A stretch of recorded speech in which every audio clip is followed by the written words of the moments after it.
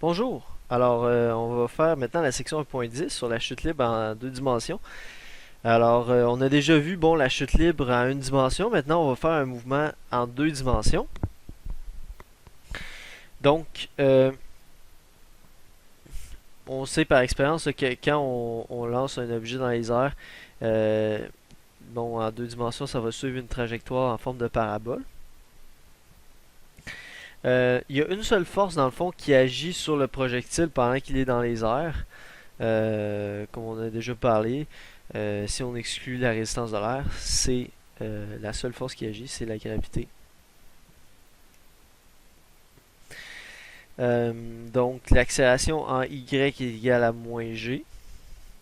Si on met un axe des y vers le haut, donc l'accélération vers le bas, donc moins g. G est positif par définition. G vaut toujours plus 9,8 mètres par seconde carré à la surface de la Terre. Quelle force agit horizontalement sur le projectile pendant son vol? Alors ça c'est une bonne question. Alors, si vous regardez, dans le fond, on a dit la seule force qui agit sur le projectile, c'est la gravité. Okay? La gravité qui agit vers le bas. Mais est-ce qu'il y a une force qui amène la balle vers l'avant ou vers l'arrière? Réfléchissez-y 2 secondes. Est-ce qu'il y a une force horizontale qui agit horizontalement? La gravité, c'est pas le cas, parce que la gravité n'agit que verticalement. Elle agit directement vers le bas. Est-ce qu'il y a une force qui agit horizontalement? Si oui, laquelle? La réponse, c'est non. Il n'y a aucune force. Donc, quelle force agit horizontalement? Aucune. Et ça, c'est très important.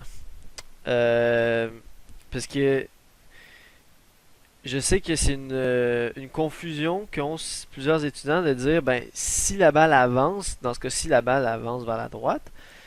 Si la balle avance, c'est qu'il y a une force qui la pousse vers la droite, ou qui la tire vers la droite. C'est faux. La seule raison pour laquelle la balle avance vers la droite, c'est parce qu'elle a un élan vers la droite, ce qu'on appelle une inertie. On reviendra là-dessus, là. Le concept d'inertie, mais c'est un élan finalement. La balle a un élan, ce qu'on appelle l'inertie en termes techniques. C'est le fait qu'il n'y a rien qui l'attire vers l'avant ni qui l'attire vers l'arrière, donc elle va juste continuer son mouvement. Donc le mouvement horizontal est toujours à vitesse constante. Donc vu qu'il n'y a aucune force qui l'attire ni aucune force qui l'attire vers l'avant ni qui l'attire vers l'arrière. Donc, il n'y a aucune accélération verticale, horizontale, pardon. Il n'y a aucune accélération horizontale, donc AX égale 0. Parce qu'il n'y a aucune force qui l'attire horizontalement. Donc, autrement dit, la vitesse horizontale, Vx, d'un projectile est constante. Donc si vous regardez ici, la vitesse ici, ici, et ici, c'est toujours la même. Vous voyez, elle est toujours la même grandeur. Okay, elle ne change pas sa grandeur. La vitesse horizontale, celle qui est représentée en rouge ici, elle a toujours la même grandeur. Donc elle est constante. Tant en module, en grandeur, qu'en orientation. Son orientation, c'est toujours vers la droite ici. Donc ça, c'est très important. Fait que pourquoi le projectile va vers la droite? C'est parce qu'il y a eu oui, il y a eu une force qui l'a poussé vers la droite, mais c'est avant que l'objet devienne un projectile. Donc par exemple, vous avez une balle de tennis dans la main, vous la lancez, pendant que vous la propulsez avec votre main, vous lui donnez une force vers la droite dans ce cas-ci. Mais une fois que vous l'avez lâché, il n'y a plus rien qui agit horizontalement. Votre poussée n'agit plus, il n'y a plus rien horizontalement, il y a juste une force verticale, la gravité, qui pousse vers le bas. Donc, je vais vous faire remarquer que la vitesse verticale, Vy, elle n'est pas constante.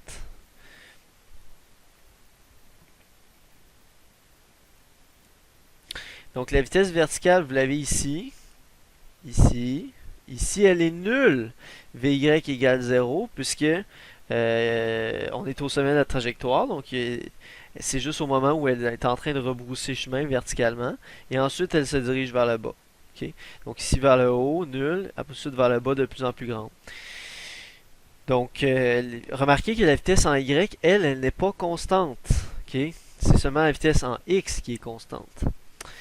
Au sommet de la trajectoire, la vitesse en y égale 0 comme d'habitude. OK. Alors, c'est ça. Ici, on a représenté deux trajectoires différentes. Alors, regardons celle de gauche.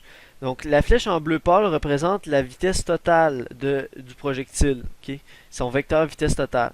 Et vous avez les deux composantes qui sont représentées. Okay? La vitesse totale, dans le fond, représente toujours la direction du projectile au moment qui est considéré. Donc, à ce moment-ci, le projectile va dans cette direction-là. Comprenez? Ici, sa vitesse totale et sa vitesse horizontale, puisqu'elle n'a pas de vitesse verticale au sommet de la trajectoire. Donc, quand il y en a qui arrivent dans un problème et qui disent « Ah, la vitesse est nulle au moment où on arrive à y égale 0 », c'est-à-dire au niveau du sol, mettons que y égale 0, c'est la hauteur du sol. Mais c'est faux, parce que regardez, au moment où la balle touche le sol, elle a bel et bien une vitesse. Regardez, elle est ici. Donc oui, elle a une vitesse qui n'est pas du tout nulle. Okay? C'est juste après contact avec le sol qu'elle va devenir nulle, mais après contact avec le sol, ce n'est plus un projectile. Donc on ne peut plus le considérer comme un corps chutable, on ne peut plus utiliser les équations des projectiles. Parce qu'il y a eu un contact avec le sol. Il y a eu un impact. Alors ici on a un autre angle de tir. Donc ici on lance le projectile à un angle plus élevé. Un angle de tir plus élevé, ce qui donne une parabole qui va plus être sur la hauteur.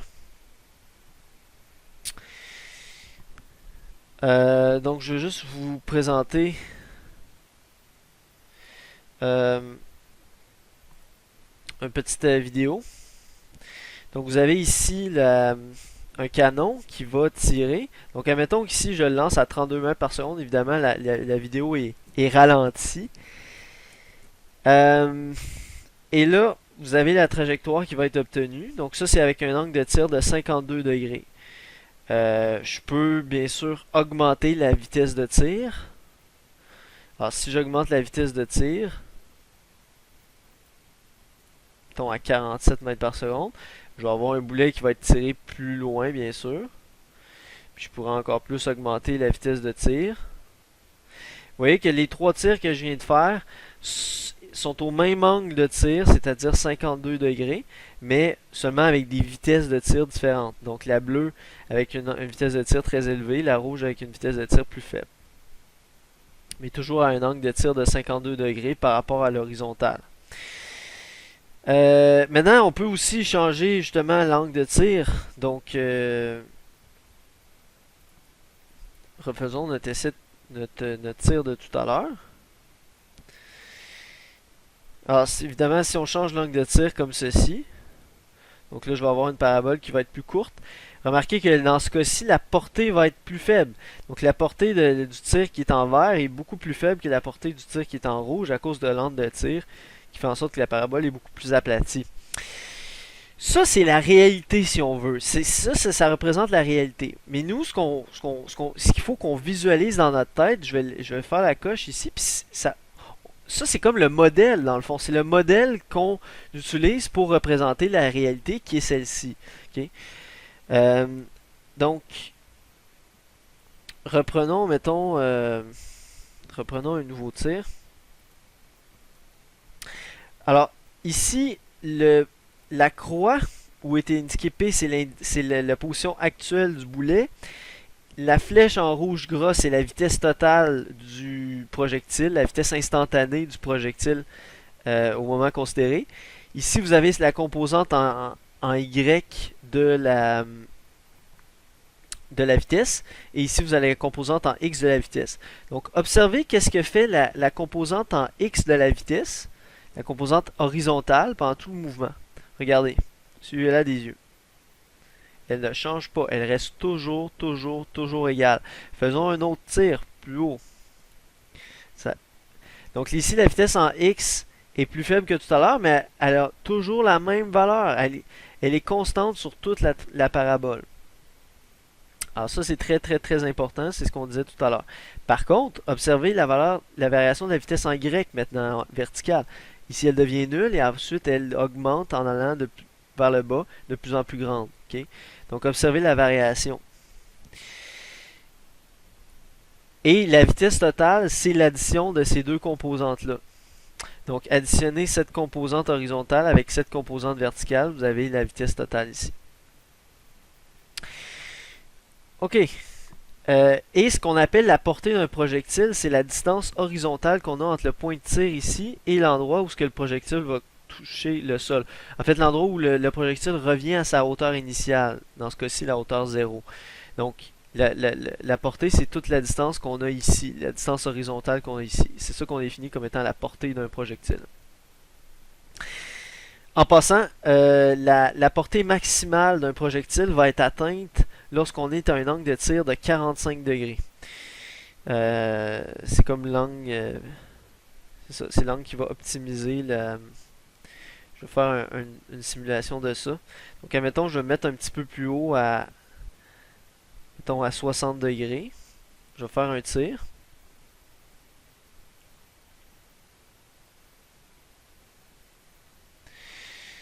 Maintenant, je vais faire un tir, mettons, à 30 degrés.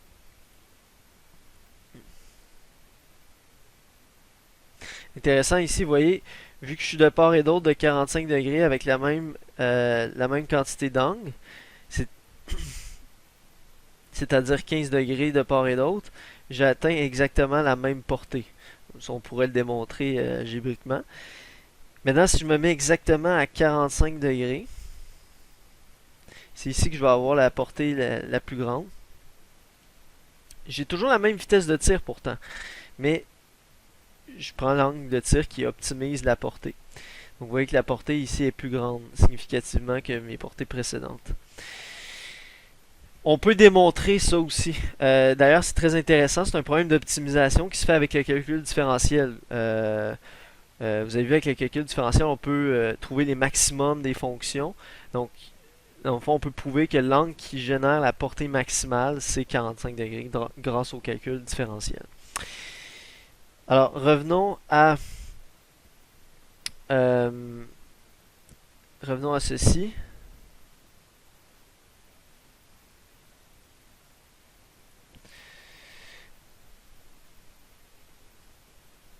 Ça, c'est une super belle façon de visualiser, je pense, la trajectoire parabolique d'un projectile.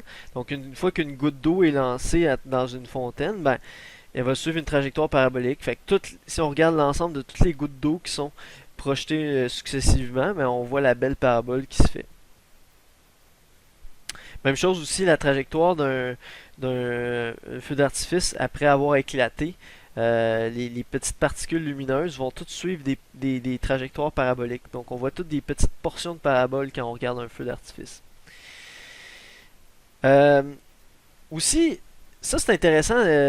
Qu'est-ce qui se passe maintenant si on a un objet qui n'est pas juste un point? Okay? Plutôt qu'être juste un point, c'est un objet. Mettons une personne là, un planchiste qui fait un saut. Est-ce que tous les points de son corps, c'est-à-dire mettons le haut de sa tête et mettons le bout de son orteil, son gros orteil gauche, est-ce que tous les points de son corps font une parabole? C'est une bonne question. Alors, la réponse, c'est non. C'est pas tous les points de son corps qui vont faire une parabole. Il y a un point qui va vraiment faire une parabole, c'est le centre de masse ou le centre de gravité du planchiste. On reviendra sur ce concept-là plus tard dans le cours. Là maintenant, je vais faire un exemple. C'est le canon humain. Donc, vous connaissez ce concept-là. C'est comme utilisé dans certaines spectacles pour impressionner les gens. Donc, on met une personne et on la propulse dans un canon. Et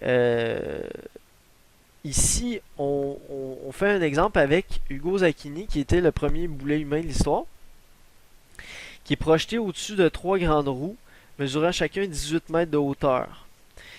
Zacchini est lancé à une vitesse initiale de 26,5 mètres par seconde. Donc, autrement dit, il fait une certaine trajectoire dans le canon.